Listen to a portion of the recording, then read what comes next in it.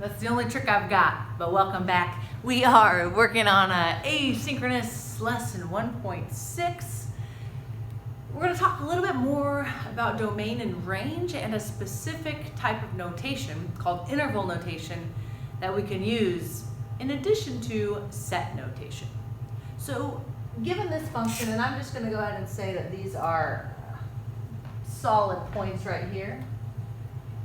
Given this function, maybe you recognize a sine curve, maybe not, doesn't matter. I want you to take a moment first from what we've talked about in class. Could you find the domain and the range of this guy? Press pause, do it. If we had been using set notation, we should get something like this. Our domain, our x values go from -3 to 5, and our y values go from -2 to 4. Great. However, today we're going to talk about how do I use this new notation called interval notation. You'll notice with set notation, a little trick, I think of set notation as the one with the squiggles. Squiggles, set, and some nice alliteration. When we start talking about interval notation, it's a new type of notation, and essentially interval notation is telling us over what interval is the domain or the range. And it's really pretty simple to write. Since here the domain is over the interval from -3 to 5, using interval notation, all I have to write is that this domain goes from -3 to 5. Notice there's a lot less writing in interval notation. The range, similarly, to go from -2 to 4, -2 to 4. I use these brackets when the point is included.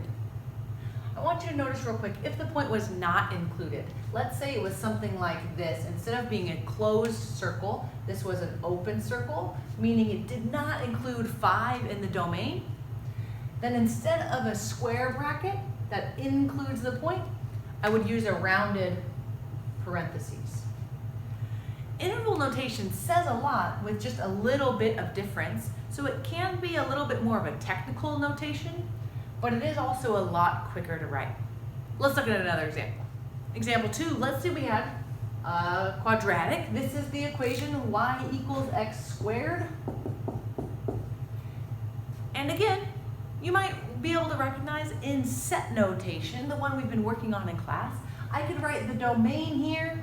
There's no square rooting, there's no division by 0, no problem. The domain here would be the set of x. That's a really bad squiggle, such that x is an element of the real numbers.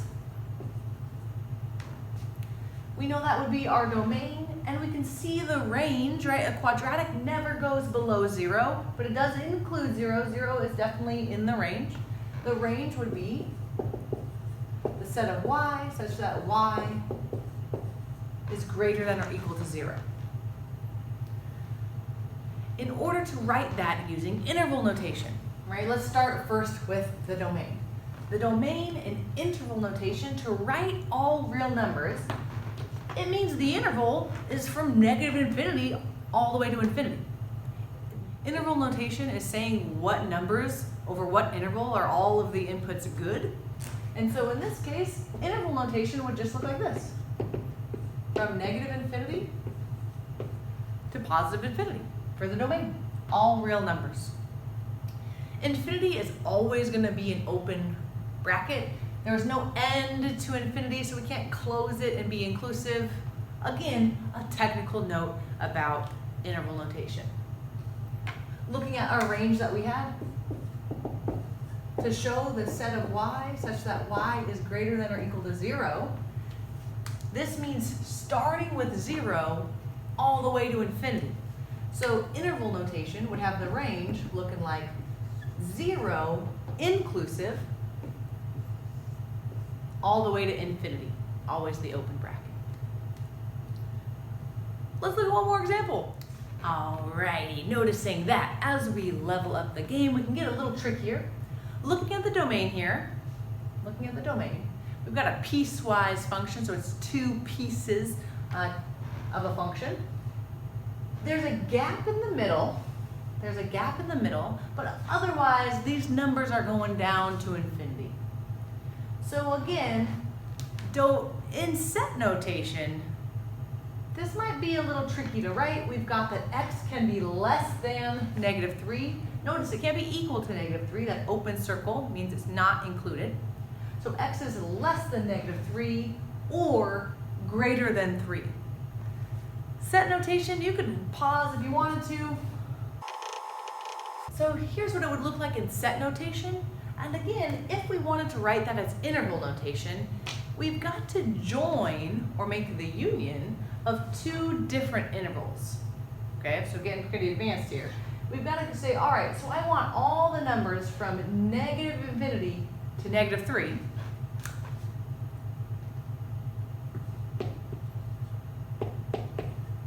Again, not or equal to, not including -3. I want all those numbers, and I want all the numbers from 3 to infinity.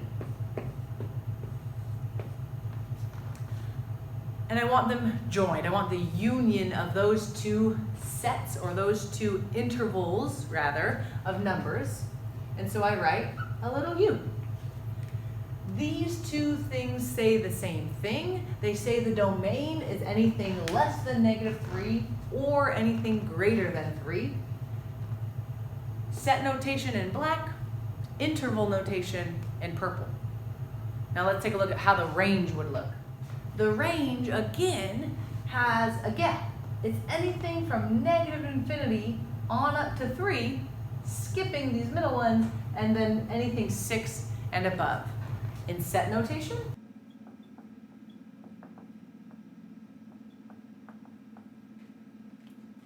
we have y is less than or equal to 3. Again, the solid circle, meaning it includes the point, or, right, skipping the middle, or y is greater than or equal to 6. That's the set notation, and like we did with the range, the same interval notation here will be from -infinity on up to 3, which we write.